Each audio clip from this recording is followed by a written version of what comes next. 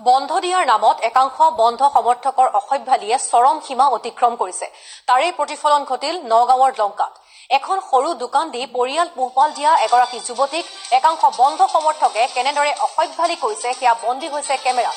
বন্ধ সমৰ্থকৰূপী এইসকল পাবত গজা সংগঠনৰ সদস্যই যুৱতীগৰাকীক আনকি ভাবুকি প্ৰদান কৰাৰ দৃশ্যও আবদ্ধ হল কেমেৰাত।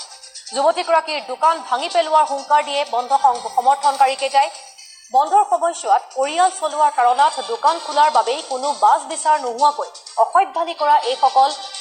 বন্ধ সমৰ্থকৰ বিৰুদ্ধে আৰক্ষীয়ে বৰ্তমানলৈকে কোনো ব্যৱস্থা গ্ৰহণ কৰা নাই। ছচিয়েল মিডিয়াতো ভাইৰেল হৈ পৰিছে এই ভিডিঅ'টো আৰু এই ভিডিঅ'টোৱে সৰ্বত্ৰে প্ৰতিক্ৰিয়াৰ সৃষ্টি কৰিছে। কেনেধৰণৰ পৰিস্থিতিৰ কালি সৃষ্টি হৈছে আমি আপোনালোকক এবাৰ দেখুৱাই ল'বলৈ বিচাৰিছো।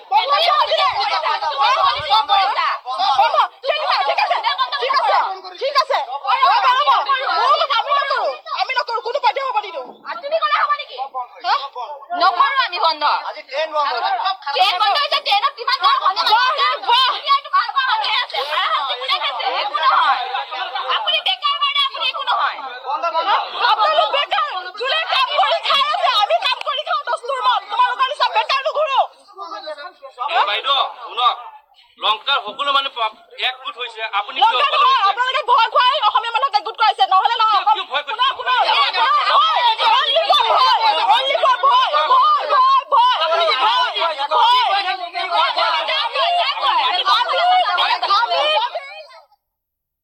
এয়া দৃশ্য দৃশ্যাংশ আমি আপোনালোকক দেখুৱালো কালিৰ দিনটোত কেনেধৰণৰ এক পৰিস্থিতিৰ সৃষ্টি হৈছিল আৰু শেহতীয়াকৈ দেখিবলৈ পোৱা গৈছে যে বন্ধৰ যিসকল সমৰ্থনকাৰী তেওঁলোক বিভিন্ন স্থানত কিন্তু ৰোষৰ সন্মুখীন হ'বলগীয়া হৈছে যিগৰাকী যুৱতীক ভয় ভাবুকি প্ৰদান কৰি তেওঁৰ দোকান বন্ধ কৰিবলৈ আহিছিল সেই যুৱতীগৰাকী এটা কথা স্পষ্টভাৱে বাৰে বাৰে উল্লেখ কৰিছে যে বন্ধই কেতিয়াও কাৰো লাভ নকৰে বা বন্ধৰ দ্বাৰা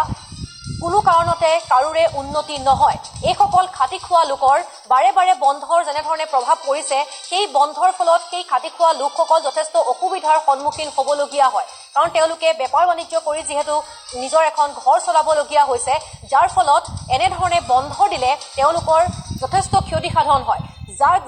যিখিনি কথা যুৱতীগৰাকীয়ে স্পষ্টভাৱে কৈছে যে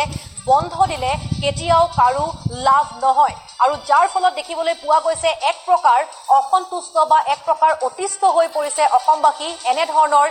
বন্ধৰ ফলত আৰু বন্ধ সমৰ্থনকাৰীসকলক দেখিবলৈ পোৱা গৈছে বিশেষকৈ এইবাৰ বিভিন্ন স্থানত ৰোষৰ সন্মুখীন হোৱা